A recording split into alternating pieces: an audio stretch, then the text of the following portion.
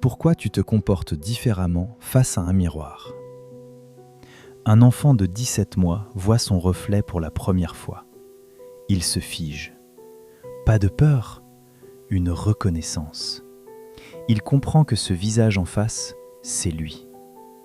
Avant ce moment, il pense que c'est quelqu'un d'autre. Après, il sait. Et cette compréhension, voir sa propre existence de l'extérieur, seules 8 espèces sur cette planète en sont capables. L'humain, certains grands singes, le dauphin, l'éléphant, le corbeau.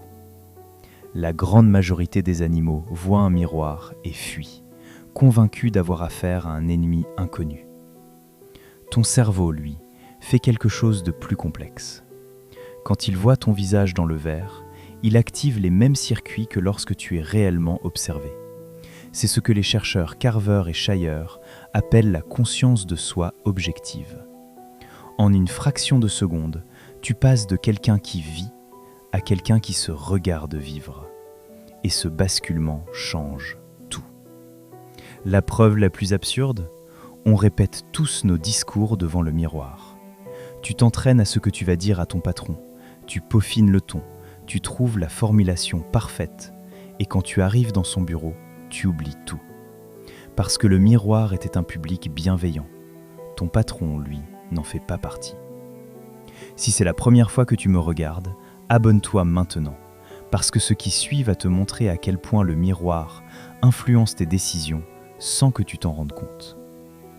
Dans les années 70, les chercheurs Diener et Walbaum ont placé des étudiants face à un examen avec une possibilité de tricher. Ceux qui travaillaient devant un miroir, seulement 7% ont triché. Les autres, sans miroir, plus de 70%. Une seule différence entre les deux groupes, un miroir. Le miroir ne les a pas empêchés, il leur a simplement fait voir qui ils étaient. Et quand tu te vois, un témoin naît en toi. Et le témoin change tout. Le plus étonnant, tu n'as même pas besoin d'un vrai miroir. Un aperçu fugace de ton visage dans l'écran de ton téléphone suffit. Ton cerveau identifie ton visage en fractions de secondes et réajuste tes standards intérieurs. Comme si tu portais en toi un public silencieux, et le miroir ne fait que le réveiller.